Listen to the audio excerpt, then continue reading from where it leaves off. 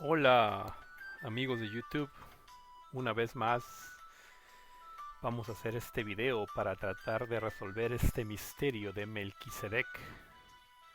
Según la Biblia, en el libro de Hebreos, dice que este Melquisedec era sin padre, sin madre, sin genealogía, no teniendo principio de días ni fin de vida, siendo hecho semejante al Hijo de Dios.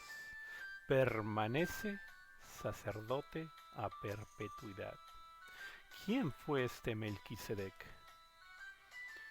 Inclusive Abraham tuvo que pagarle los diezmos. ¿Era acaso este hombre un hombre? Algunos aseguran que era una cristofanía, es decir, Cristo en el Antiguo Testamento. Porque como un ser humano no puede tener principio de días ni fin de vida, ¿por qué es que dice que es semejante al Hijo de Dios y permanece sacerdote a perpetuidad? ¿Quién era este Melquisedec? Huh. Este estudio me ha tomado varios meses hasta que logré entender de qué se trataba y hoy te lo voy a revelar. Pero antes, déjame llevarte a qué es un misterio. ¿Qué es un misterio? Un misterio es información a la cual tienes acceso, pero que no la entiendes.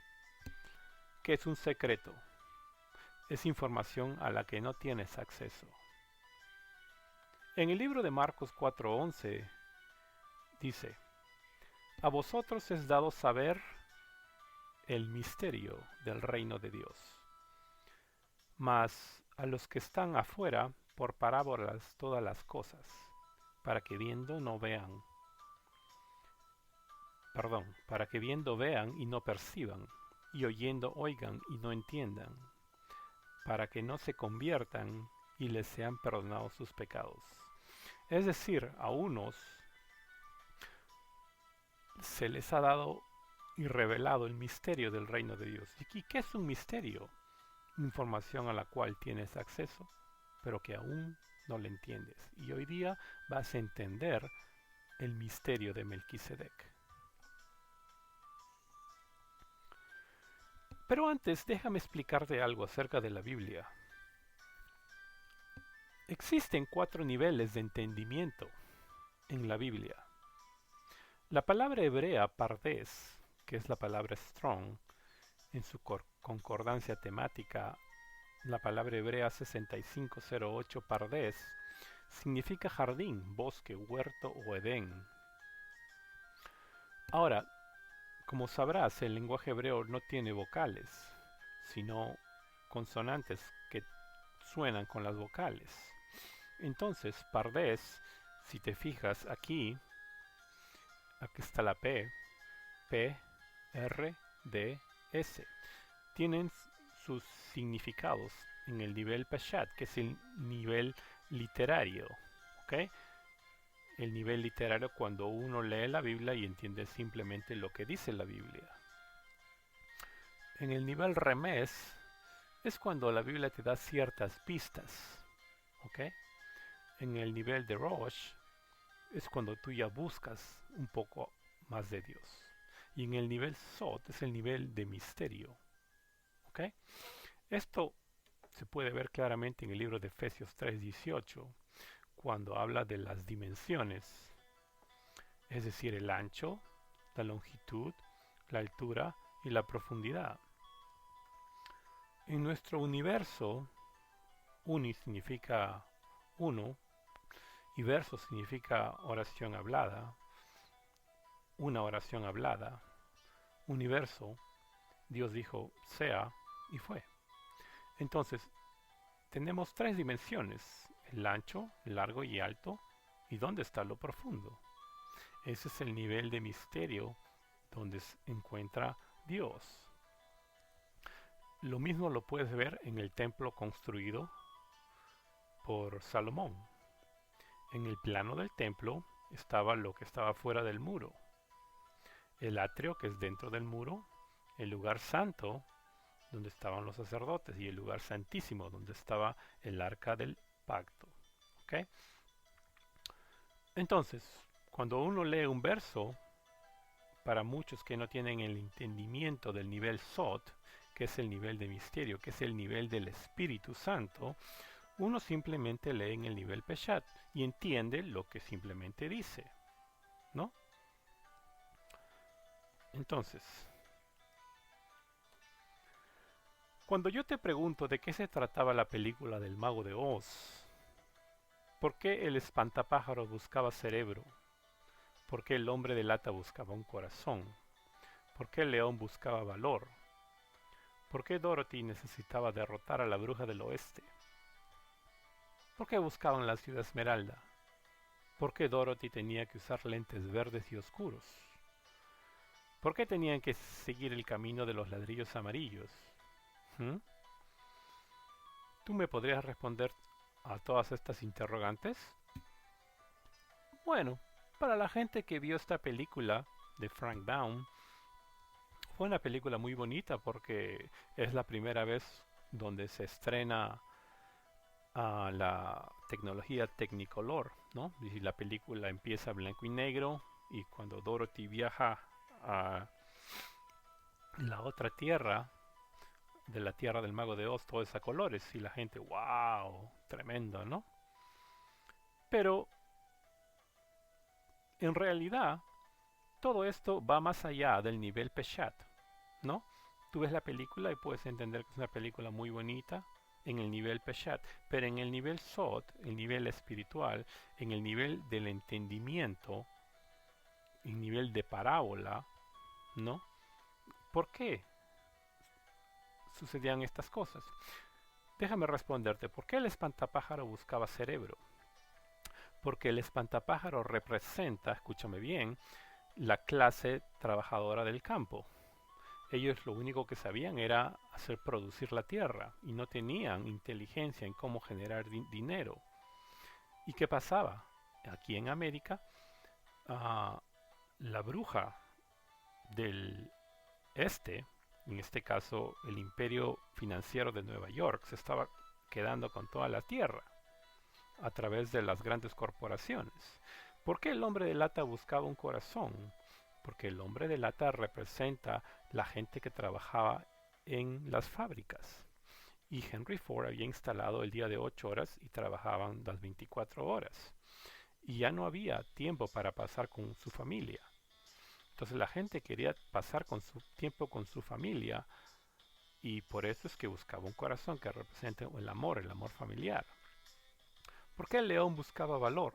Porque el león representa la gran mayoría de la gente. Porque la gran mayoría de la gente vota y eleva al poder a una persona para que los gobierne. Pero la gran mayoría de la gente tiene el poder para sacar a esa persona si no le gusta cómo los gobierna. Y en este caso es el león, pero no tenía el valor. Por eso es que lo buscaba. ¿Por qué Dorothy necesitaba derrotar a la bruja del oeste?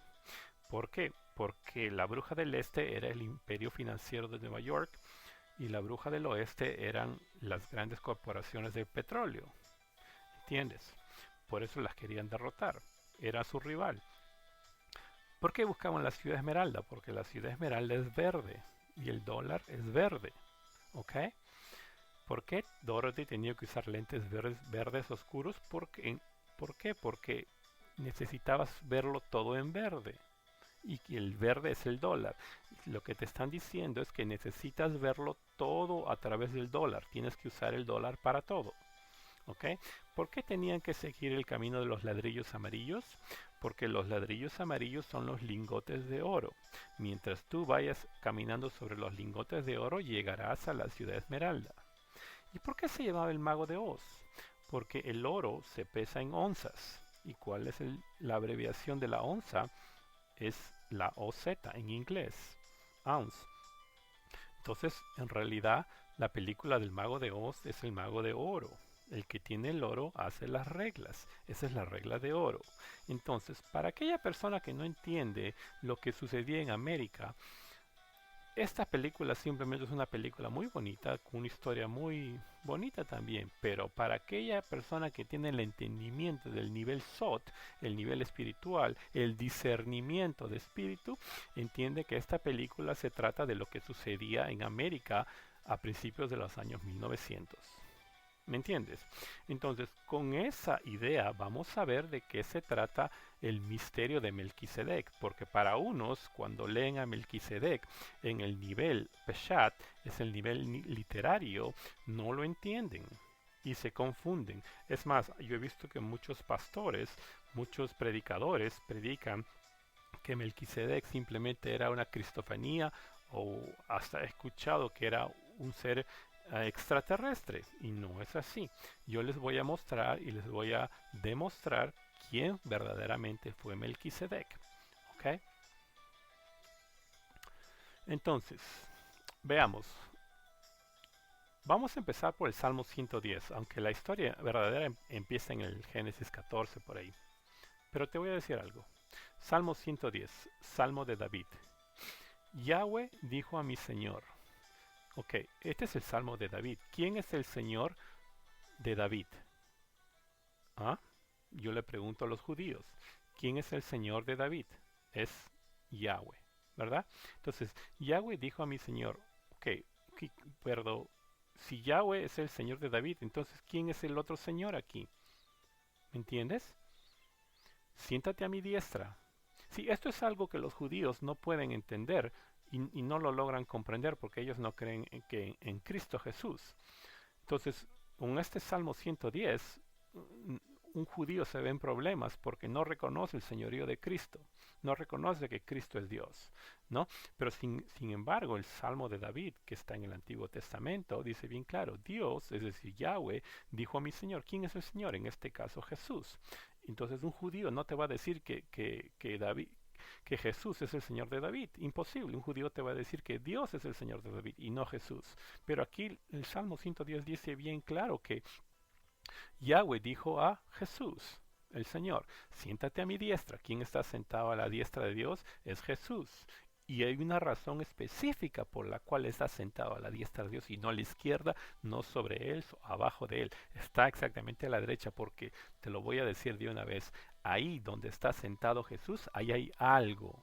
Algo que ya te lo voy a demostrar más adelante, que había antes de que Jesús se siente.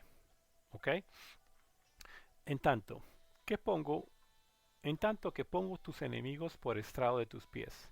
La vara de tu fortaleza enviará Dios desde Sión.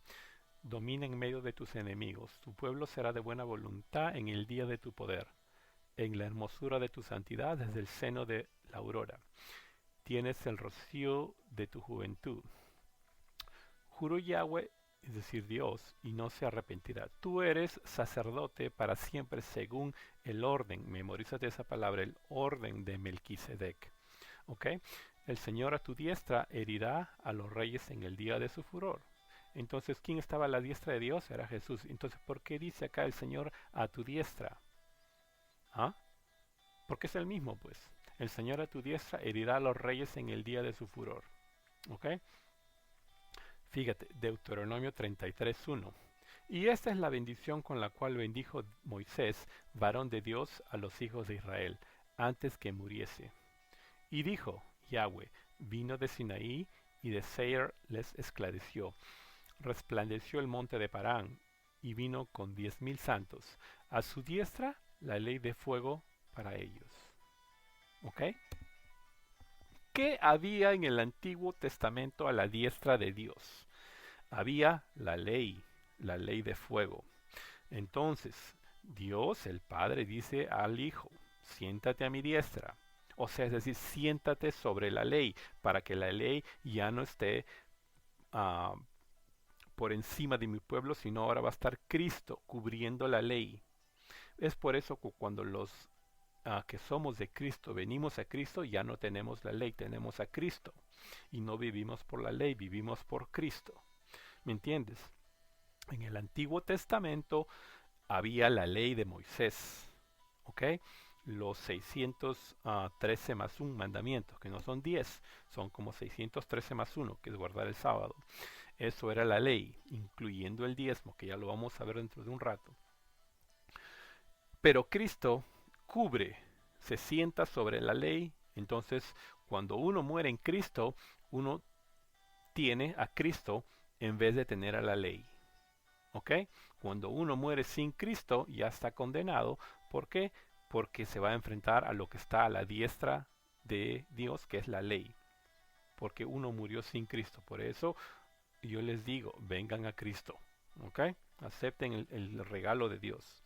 Entonces, vemos aquí en el Salmo 110 que el Padre le dice al Hijo que tú eres sacerdote según el orden de Melquisedec. ¿Ok? Ahora, el Hebreo 7. Porque este Melquisedec, rey de Salem, ya tenemos una pista que es rey, sacerdote del Dios Altísimo, otra pista, o sea, es rey y es sacerdote también, es los dos. Salió al encuentro de Abraham. Vemos aquí que Abraham está escrito Abraham, ¿no? Porque ya le habían cambiado el nombre aquí en el libro de Hebreos. Por cuanto éste regresaba de la matanza de los reyes y lo bendijo, Abraham le entregó el diezmo de todos los despojos, cuyo nombre significa primeramente Rey de Justicia. Ese es su nombre. Melquisedec significa Rey de Justicia.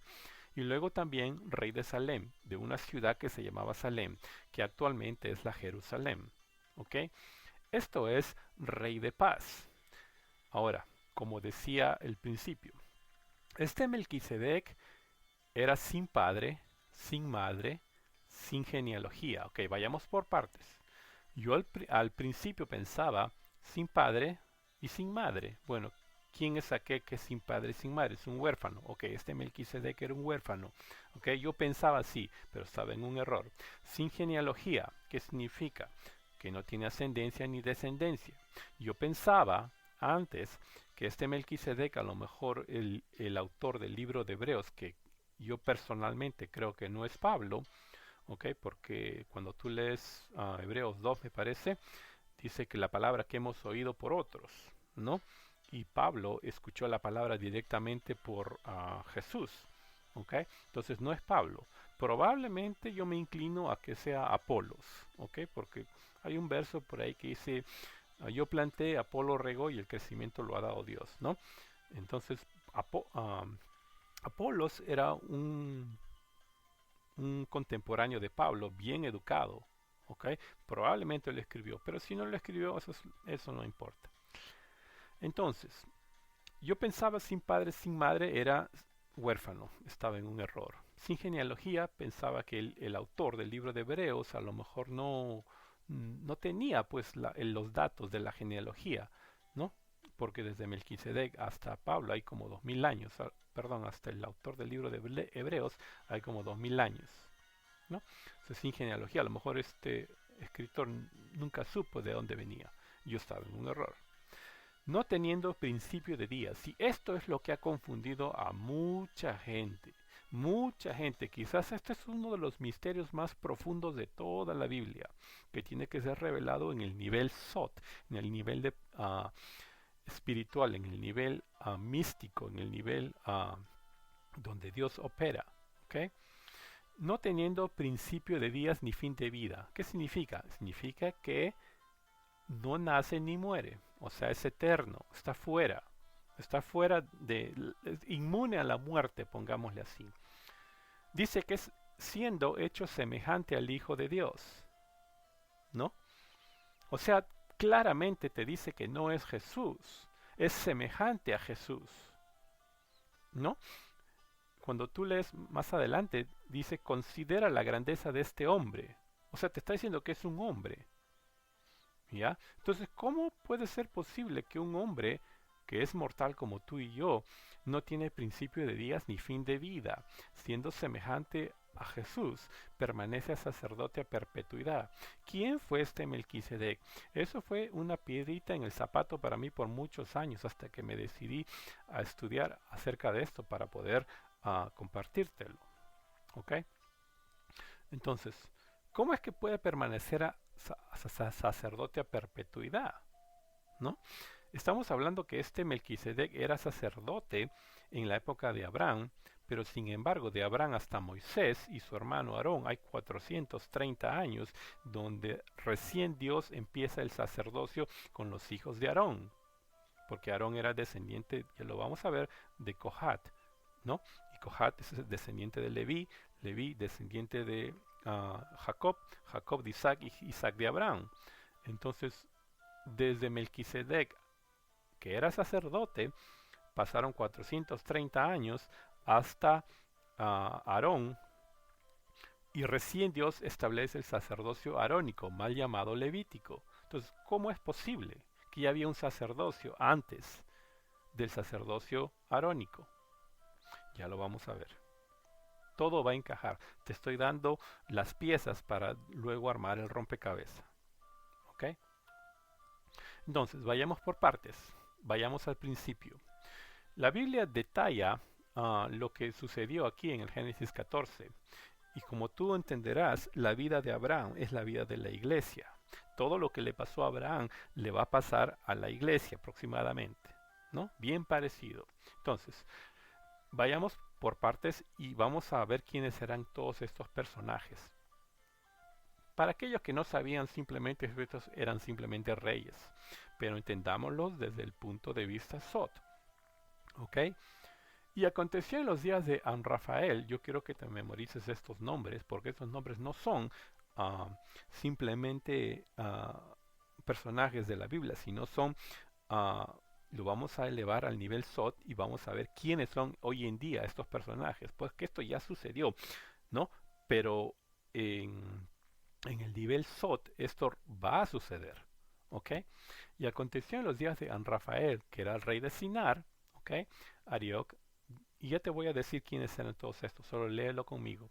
Arioc, rey de Elazar, Kedorlaomer, rey de Elam, y Tidal, rey de Goyim. Que estos hicieron guerra a Bera, rey de Sodoma, y a Birsa, rey de Gomorra, y a Sinab, rey de Adma, y a Semeber, rey de Seboim, y al rey de Bela, es decir, Soar. Todos estos se reunieron como aliados en el valle de Sidim, es decir, el mar salado. Ahora, 12 años habían servido a Kedorlaomer, pero en el año 13 se rebelaron, es decir, ya no vamos a pagar impuestos, ya no queremos servir a este Kedorlaomer, ¿ya? En el año 14, Kedorlaomer y los reyes que estaban con él vinieron y derrotaron a los refaitas en Astarot Carnaim, y a los susitas en Ham, y a los emitas en Sabe Kirietaim, y a los oreos en el monte de Seir hasta el Param. Donde vivía Abraham, por ahí, que está junto al desierto. Entonces volvieron a Enmispat, es decir, Cades, y conquistaron todo el territorio de los amalecitas y también a los amorreos que habitaban en Hasehon Tamar.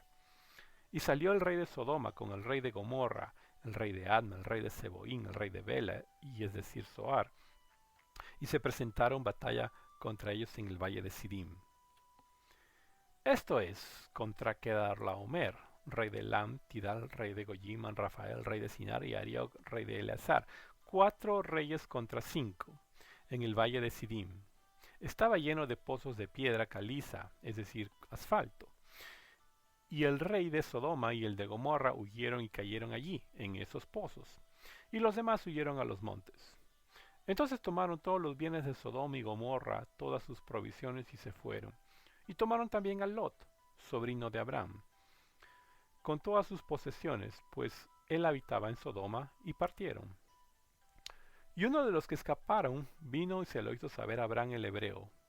¿Abraham el hebreo? ¿Ah? ¿Abraham el hebreo? Pero si los hebreos vienen todavía después, ¿por qué la Biblia llama a Abraham el hebreo? Bueno, porque simplemente Abraham es descendiente de Heber. ¿Ok? Cuando tú te vas a la genealogía, podrás encontrar que de los hijos de Noé, Sem, Can y Jafet, de Sem viene Arfasac, y de Arfasac viene Selah, me parece, y de Selah viene Heber. Entonces, este Abraham es descendiente de Heber, y por eso se le dice el hebreo. ¿Okay? Es la primera vez en toda la Biblia que menciona a Abraham el hebreo. y hemos tenido el entendimiento que los hebreos son pues los israelitas, ¿no? Pero acá lo pone Abraham como descendiente de Eber, el hebreo, que habitaba en el encinar de Mamre, el amorreo, hermano de Escol y hermano de Aner. Y estos eran aliados de Abraham. Al oír Abraham que su pariente había sido llevado cautivo, es decir, Lot, movilizó a sus hombres adiestrados nacidos en su casa, 318, mira, 318 hombres nacidos en su casa. ¿Te imaginas?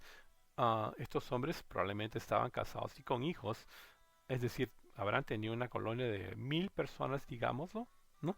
Y Abraham era el jefe, es decir, el rey de estos 10, de estos 318 hombres, más los hombres de Manre y Escol.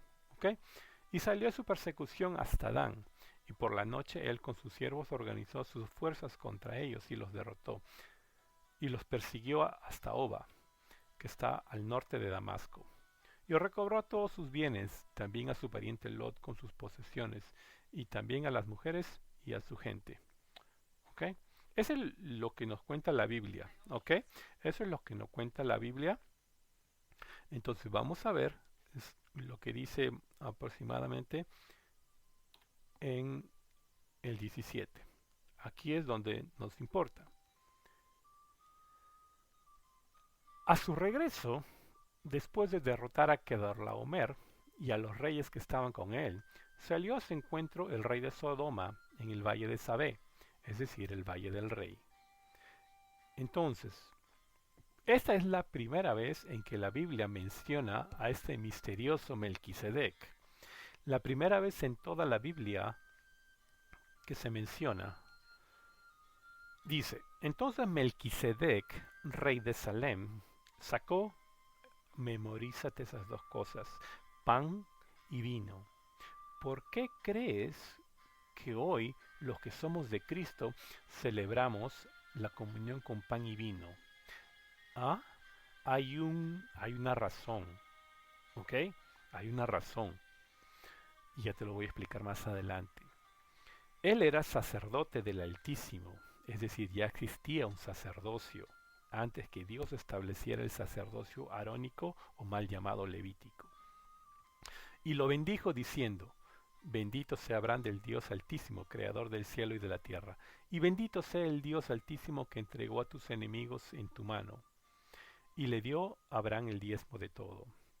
Y rey de Sodoma dijo a Abraham, dame a las personas y toma para ti los bienes. Y Abraham dijo al rey de Sodoma, he jurado al Yahweh, el Dios Altísimo, creador del cielo y de la tierra, que no tomaré ni un hilo, ni una correa de zapato, ni ninguna cosa tuya para que no digas, yo enriquecí a Abraham. Nada tomaré, excepto lo que los jóvenes han comido y la parte de los hombres que fueron conmigo, Aner, Escol y Mamre. Ellos tomarán su parte. Ahora, yo quiero tocar aquí esta parte que dice, y le dio a Abraham el diezmo de todo. Hoy día voy a hacer un par de minutos acerca del diezmo, porque yo he visto que la gente no entiende lo que es el diezmo. ¿Ok? Fíjate, ve.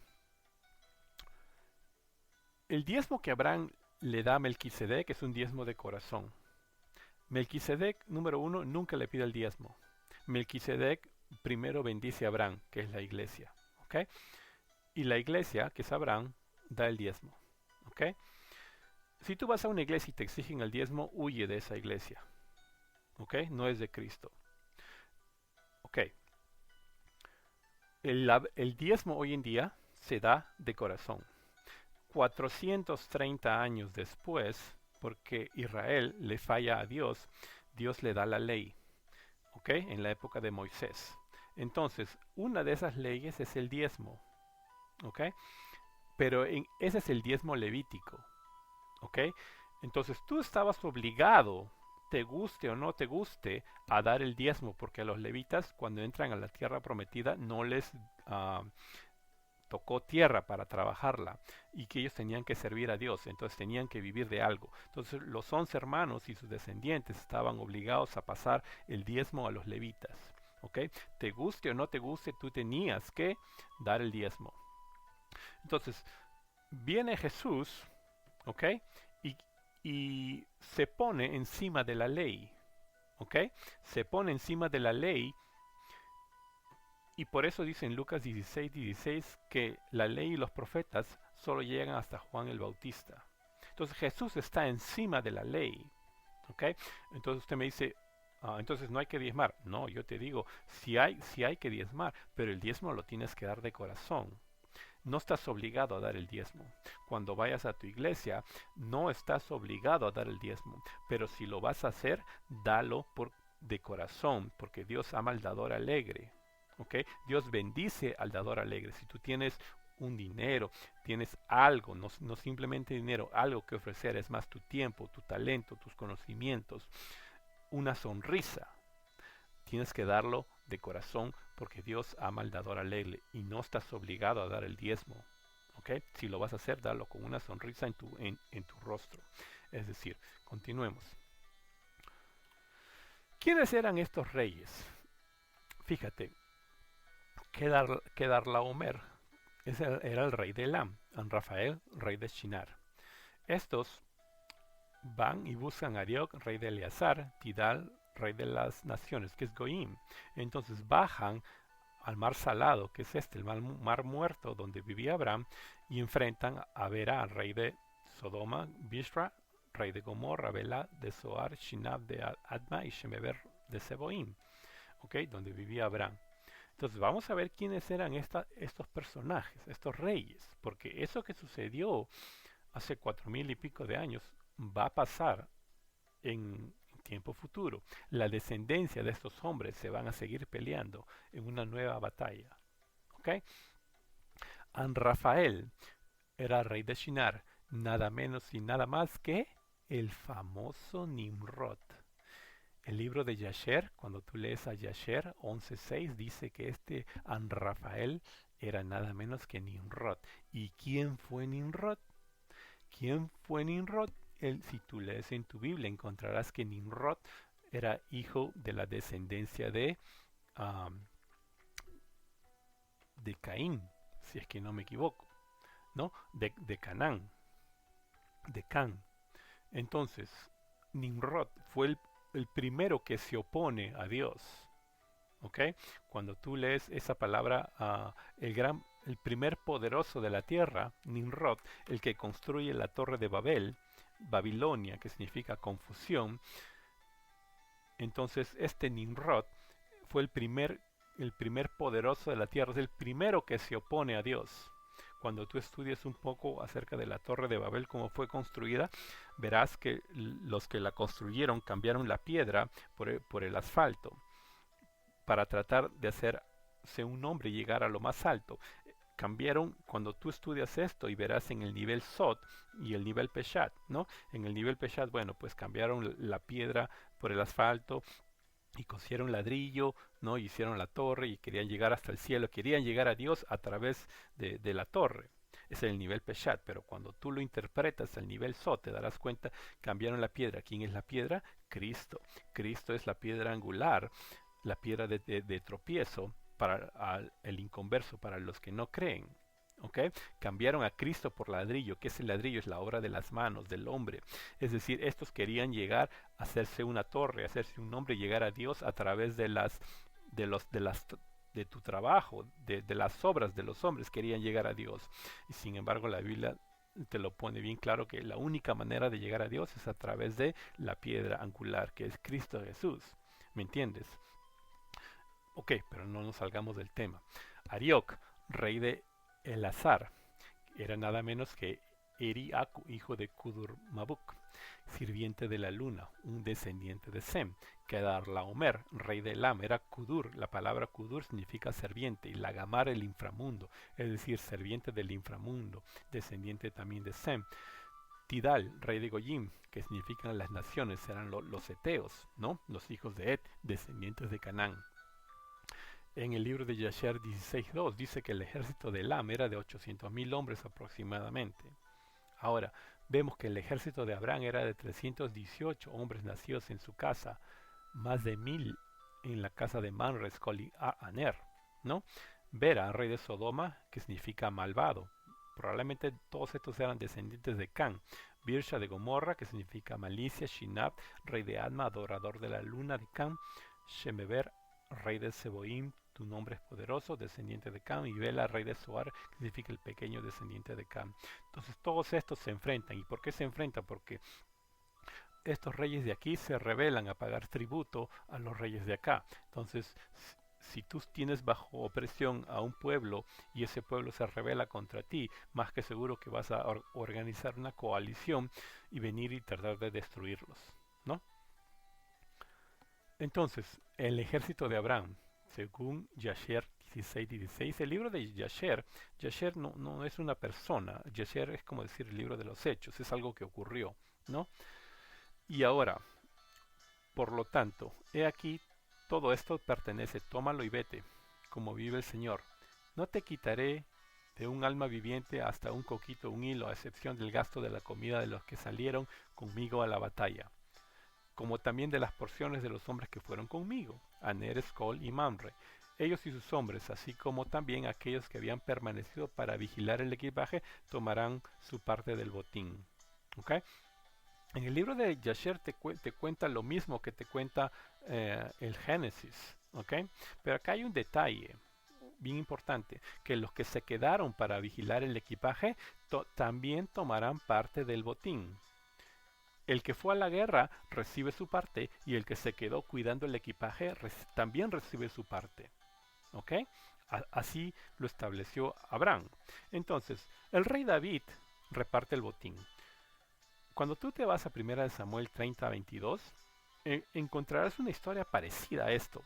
Y David, en su sano juicio, obra como obró Abraham. ¿Ok? Entonces, todos los hombres malvados e indignos entre los que habían ido con David respondieron y dijeron, ¿por qué no fueron con nosotros? No les daremos parte del botín que hemos recuperado, sino a cada hombre, su mujer y sus hijos para que ellos se los lleven y se vayan.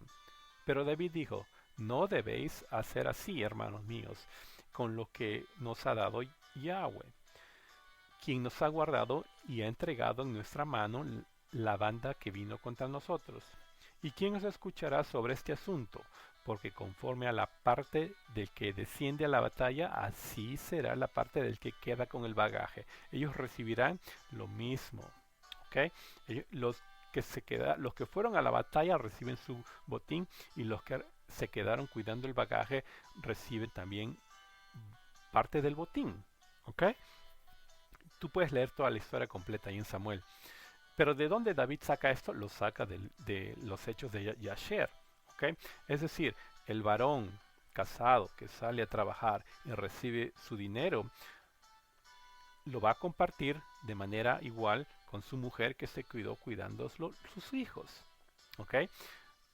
Me refiero yo no sé a quién le hablo aquí, pero hay personas que dicen, bueno, yo trabajé, esto es mío y no es de mi mujer. Estás mal. Si tú estás casado, la mitad es de tu mujer porque ella se cuidó cuidando a tus hijos. ¿Ok? Si tú sales a trabajar y ganas 100, 50 es para tu mujer. ¿Ok? Y al revés también. Pero en fin. Una pregunta aún más grande. ¿Ok? La palabra Melquisedec significa rey de justicia y se forma al unir dos palabras hebreas. ¿Ok? La palabra Strong 4428 Melech, que significa rey, rey, realeza. ¿Ok? La palabra Strong 6664 Sadik, que significa justo, justicia, recto o rectitud. Cuando tú unes esas dos palabras hebreas, Melach y Sadik, tú tienes la palabra Melquisedec. ¿Ok? Entonces te voy a revelar algo que necesitas saber. Melquisedec no es un nombre personal así como tu nombre o el mío. Melquisedec es un título dado a una persona que tiene un doble oficio de rey y sacerdote. Por eso es que Melquisedec, el que bendice a Abraham en el Génesis 14, te dice que era rey de Salem y era sacerdote del Altísimo, es decir, eran los dos. Aquella persona que es rey y sacerdote tiene un doble oficio, se le dice Melquisedec. ¿Okay? Yo conozco muchos que son cantautores. No simplemente cantan, sino son autores también. Entonces, no es cantante ni tampoco autor, es los dos, es cantautor. ¿Ok? Entonces, el cantautor no es un nombre, es un título dado a una persona que tiene un doble oficio. Un rey y sacerdote se le dice Melquisedec. Estamos, ok. Entonces, aún una pregunta más grande. ¿Quién fue este Melquisedec que bendijo a Abraham? ¿Ah? Si ya sabemos que Melquisedec es un título dado a una persona que es sacerdote y rey a la misma vez, ¿quién fue este rey y sacerdote que bendijo a Abraham? Y Abraham le da los diezmos. Te lo voy a enseñar por partes. ¿Ok? Si te lo digo en este momento, me vas a decir, no, eso no es cierto. Primero te doy las partes del rompecabezas y lo vamos a armar. ¿Ok? Los predicadores de la justicia o rectitud, los sadik, los predicadores de sadik. ¿Ok? Segunda de Pedro 2, 4, 6. Porque si Dios no perdonó a los ángeles cuando pecaron, sino que los arrojó al infierno y los entregó a fosos de tinieblas reservados para el juicio, si no perdonó al mundo antiguo, sino que guardó a Noé, el octavo, escúchalo bien, el octavo predicador de justicia, cuando trajo el diluvio sobre el mundo de los impíos, los que no tienen piedad. Pero Noé era el décimo descendiente de Adán. ¿Por qué Pedro pone a Noé como el octavo? ¿Ah? ¿De qué se trata todo esto? Dice, si Dios no perdonó a los ángeles cuando pecaron, ¿de qué está hablando? Bueno, lo que pasa es que en los días de Yared, que es el sexto, uh, cuando tú puedes leer en el Génesis 6, los hijos de Dios, es decir, los Bene Elohim, uh, al mando de Azazel, se rebelan contra Dios y vienen, descienden a la tierra y tienen, se mezclan. Te estoy buscando palabras que las puedas entender. Se mezclan con las hijas de los hombres y las embarazan y nace una raza nueva de híbridos, de los gigantes, de los Giborim, de los Samsunim, de los Emim, ¿ok? Eran unos híbridos, ¿ok? Y cuando tú lees el libro de Enoch, te podrás dar cuenta que no simplemente se mezclaron con los humanos, sino también se mezclaron con las bestias que había en esa época, ¿no? Entonces crean una raza híbrida de humano gigante, una raza híbrida de bestias, ¿no? Por eso es que los griegos adoraban los dioses del Olimpo, pues adoraban a Afrodita, adoraban a Apolos, a Zeus, ¿no? Entonces, de ahí sale toda la mitología que existió en los tiempos de Noé, ¿ok? Como puede ser el centauro, el minotauro, el grifón, el pegaso, la sirena, o sea, mitad bestia, mitad humano, ¿ok? Eso existió en los días de Noé. Entonces, por eso es que Dios manda el diluvio para deshacer a toda esta degeneración, digámoslo así.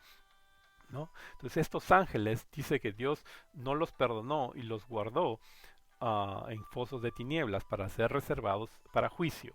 ¿Okay? Donde la iglesia, que somos nosotros, los que somos de Cristo, los vamos a juzgar. ¿Okay? El octavo predicador de justicia. Pedro pone a Noé como el octavo, pero ¿por qué pone a Noé como el octavo cuando Adán era el primero y Noé el décimo? ¿Por qué Noé figura como el octavo? Bueno, veamos. Vamos a ver la generación desde Adán hasta Noé. Adán engendra a Set cuando tenía 130 años, ¿no? Veámoslo aquí, la parte roja primero. Y Set cuando tenía 105 engendra a Enos, Enos a Cainán, Mahalalel, Yared. ¿Ok? Este Yared fue, en la época de este Yared, que fue el sexto, dice que los Nefilim aparecen sobre la tierra. ¿Ok? Cuando tú lees el libro de Enoch 106:15, ahí te darás cuenta, en los días de Yared. Entonces, Yared, padre de Enoch. Este Enoch engendra a Matusalén, el hombre que vivió más años, 969 me parece. Y este Matusalén engendra a Lamec y Lamec a Noé, que es el décimo. ¿Ok? Así está escrito en la genealogía de Adán hasta Noé, Noé es el décimo. Pero sin embargo, Pedro pone a Noé como el octavo predicador de justicia. ¿no? En el orden de la predicación de los Sadik, por eso te decía que Cristo es sacerdote del orden de Melquisedec, porque es una ordenanza, hay un orden, ¿ok? Entonces, si, si, si Pedro pone a Noé como el octavo, entonces quiere decir que había un séptimo, y un sexto, un quinto, un cuarto, un tercero y un primero. ¿Quién fue el primer predicador de justicia? Fue Adán. Entonces, el segundo predicador de justicia es Set, que no contamos a Caín porque Caín mata a Abel, ¿ok? El tercero fue Enos, el cuarto fue Cainán. Cuando Cainán muere, el quinto es Mahalaleel. Y cuando Mahalaleel muere, el sexto predicador de justicia es Yared. Pero ¿qué pasa? Dice la Biblia que Enoc tuvo testimonio de haber andado con Dios por 365 años y Dios se lo llevó. Entonces, cuando Set muere, ¿quién es el séptimo predicador de justicia? Es Matusalén. Y Matusalén muere en el año del diluvio, en el año 1656, ¿no? Él es el séptimo predicador de justicia. Entonces, ¿quién sería el octavo predicador de justicia? Lamec no podría ser, que es el padre de Noé, porque Lamec ya había muerto antes del diluvio. Entonces, el séptimo es Matusalén. Y el octavo sería...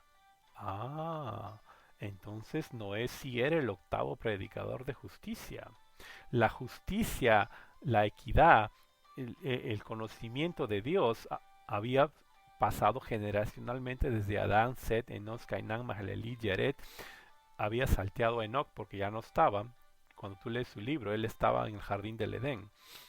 Y el séptimo era Matusalén y Noé, que era perfecto en sus generaciones, como leerás el Génesis 9, es decir, la generación de Noé, 1, 2, 3, 4, 5, 6, 7, 8, perfecto en sus generaciones, por eso es que Dios lo escoge. Pedro estaba en lo correcto, a pesar de que Noé era el décimo predicador, décimo en la genealogía, era el octavo predicador de justicia. ¿Qué te parece? O sea, Pedro sí estaba en lo correcto. El octavo predicador de justicia era Noé. ¿Ok? Noé, el octavo predicador de justicia. Estas son las generaciones de Noé. Noé era un hombre justo. Ya vimos esta palabra justo significa sadik. ¿Ok? Sadik de Melquisedec, ¿no? Eso, o sea, Noé era descendencia de lo que era el sacerdocio que Dios había puesto en la tierra, sacerdocio de Melquisedec, ¿me entiendes? No era Melquisedec, ¿ok? No era Melquisedec que bendice a Abraham, sino es parte del sacerdocio del, del principio, ¿ok? Que Dios había establecido desde Adán hasta Noé. Perfecto entre sus contemporáneos, entre sus generaciones, dice otra versión. Noé andaba con Dios. ¿Qué hizo Enoc? Enoc anduvo con Dios y Dios se lo llevó. Es decir, a los que andan en la rectitud de Dios, en su sadik, en su justicia, Dios se los va a llevar. ¿Ok? Y Noé engendró 3 hijos, Sem, Can y Jafet. Y la tierra se había corrompido delante de Dios y estaba llena de violencia. ¿Ok? Y miró Dios la tierra y aquí estaba corrompida porque diga toda carne había corrompido su camino sobre la tierra, excepto Noé. ¿Ok? Él era perfecto en sus generaciones. ¿Qué significa perfecto entre sus contemporáneos? Mira, mi opinión es que la raza humana se había corrompido, es decir, se había degenerado debido a que los ángeles caídos o los Nefilim, es decir, los Ben Elohim, los hijos de Dios, se habían mezclado con los humanos, es decir, las hijas de los hombres, para producir una raza híbrida de gigantes, que ya te los mencioné, los Giborim, los Samsumim, los Semim, los Rafaim, ¿no? Mencionados en el Génesis 6. Pero aún así, Dios vio a Noé la pureza en su genoma de ADN y por eso lo guardó para empezar otra vez. ¿Ok? Entonces ya vemos que el octavo predicador de justicia era Noé. Entonces, en el libro de Yasher, El libro de Yasher es mencionado en la Biblia, aunque no está incluido en el canon bíblico, es mencionado en la Biblia, en el libro de Josué, me parece. ¿Ok? Adonai Adonisadik, el noveno predicador de justicia. ¿Ok? Yasher 16, 11 y 12. Y Adonisedec, rey de Jerusalén. ¿Quién era el rey de Salem? Era Melquisedec. Pero aquí pone a Adonai Sadik, rey de Jerusalén. El mismo era, ¿quién era? Sem. Ah, o sea, Sem era el Adonisadik, rey de Jerusalén.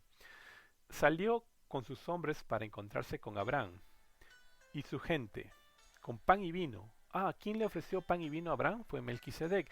Pero aquí te cuenta la misma historia y te cuenta que ese Melquisedec era llamado Adonai Sadik, Adonisadik. O sea, es el mismo.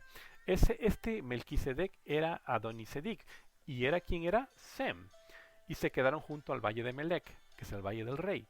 Y Adonisadik bendijo a Abraham, y Abraham le dio un décimo de todo lo que había traído del botín, es decir, el diezmo de sus enemigos. Por Adonisadik era un sacerdote del Dios Altísimo. El libro de Yasher te muestra claramente que a Melquisedec en la Biblia es Sem, el hijo de Noé. Ah, o sea, este Sem, ¿no? El hijo de Noé fue el que bendijo a Abraham. Sí, él fue el que bendijo a Abraham. Pero tú dirás, un momentito, tiempo. En el libro de Hebreos dice que Melquisedec no tenía padre, ni madre, ni principio de días, ni fin de vida. Entonces, ¿cómo es posible que pueda ser Sem?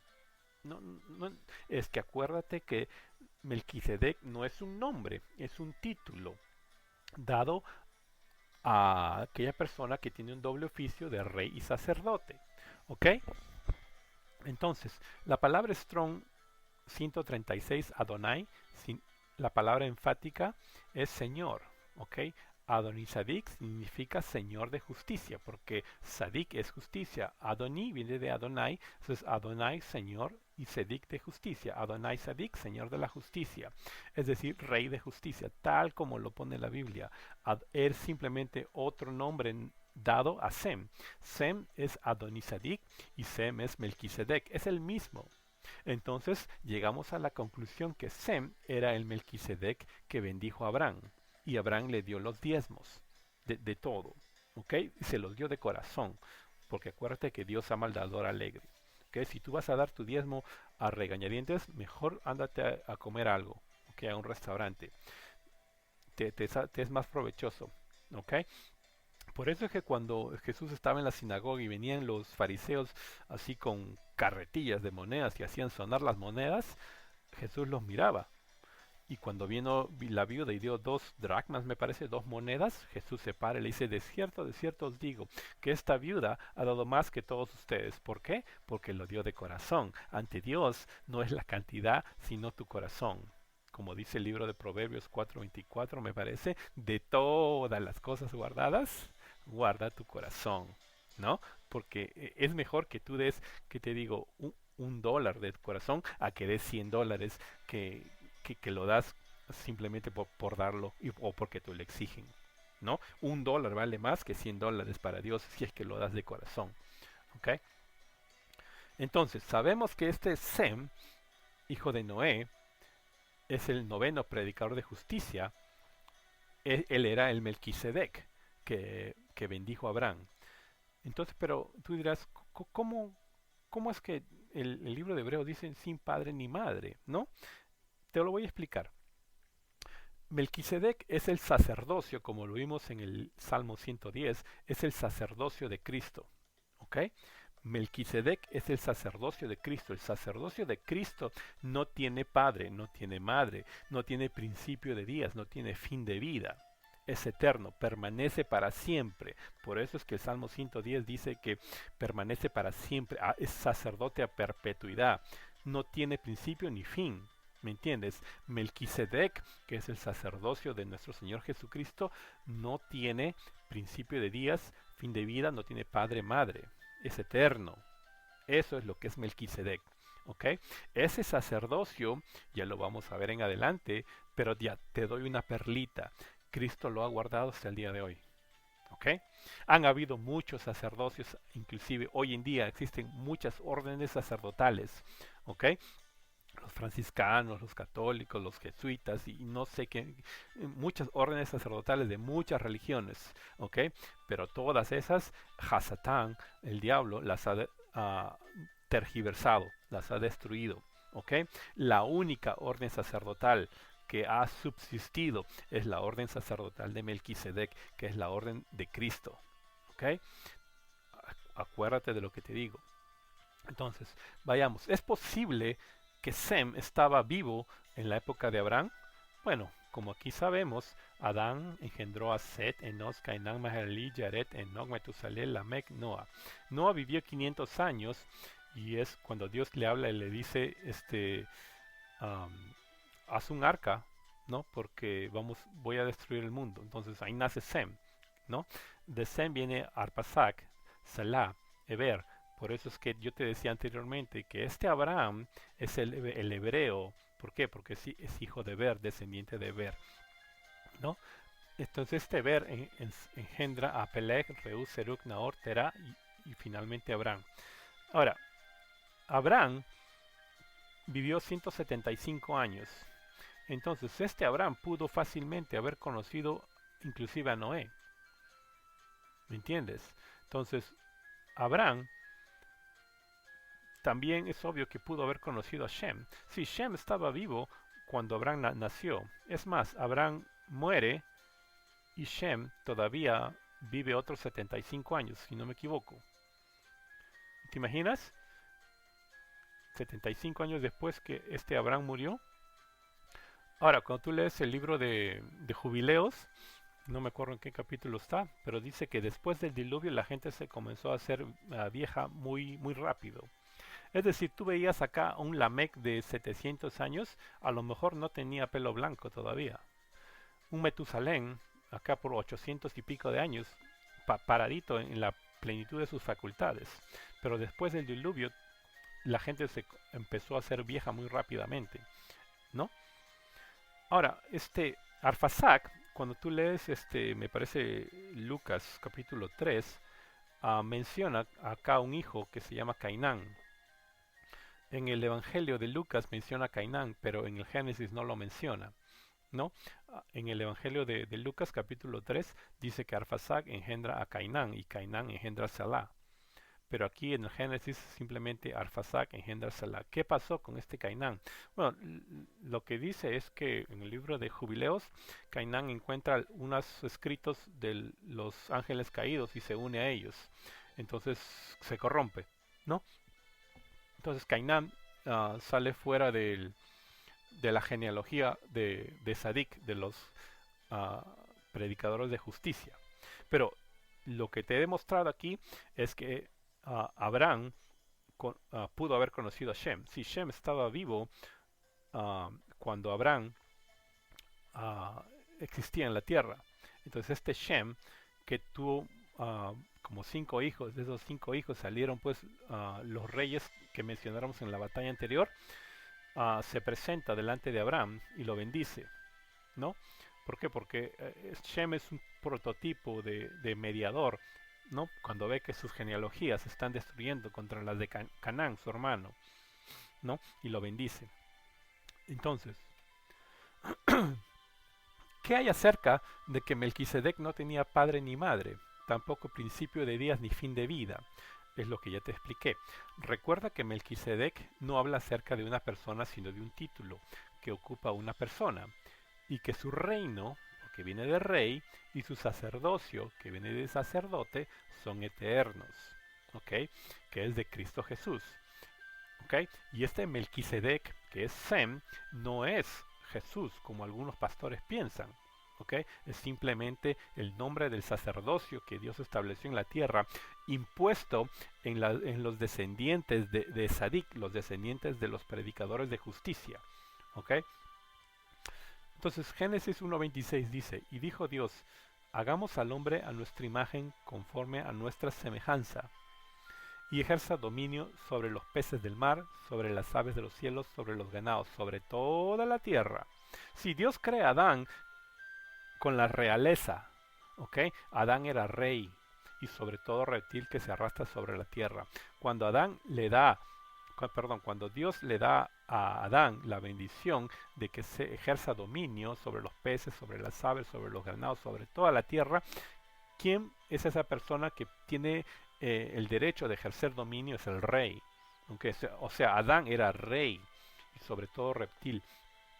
Entonces, cuando dice hagamos al hombre a nuestra imagen, es con la representación del creador y semejanza es con la autoridad del creador. Es decir, rey viene de reino y sacerdote de sacerdocio, ¿no? Los dos en uno, Melquisedec. Es decir, la descendencia que Dios quería establecer en la tierra era el sacerdocio de Melquisedec. ¿Ok?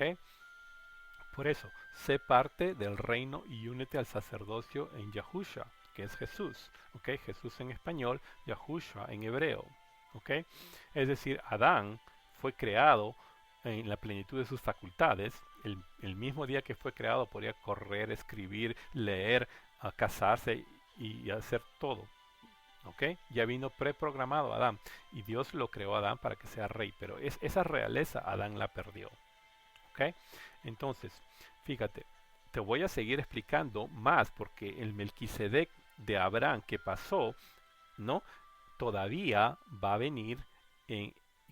Te voy a enseñar cómo Dios guardó este sacerdocio hasta el día de hoy. ¿Ok? Eso te lo voy a enseñar en el siguiente video. ¿Ok? Pero espero que te haya quedado claro por ahora que este Melquisedec era Sem. ¿Ok? Esto no se acaba aquí.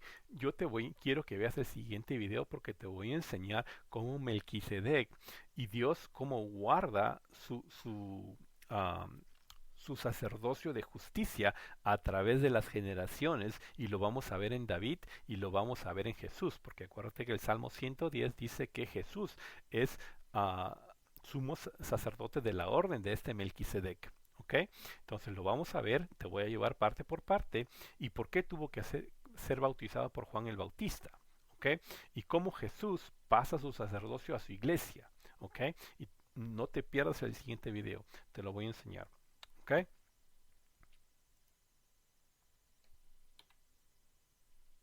Ok, bueno, lo corto aquí.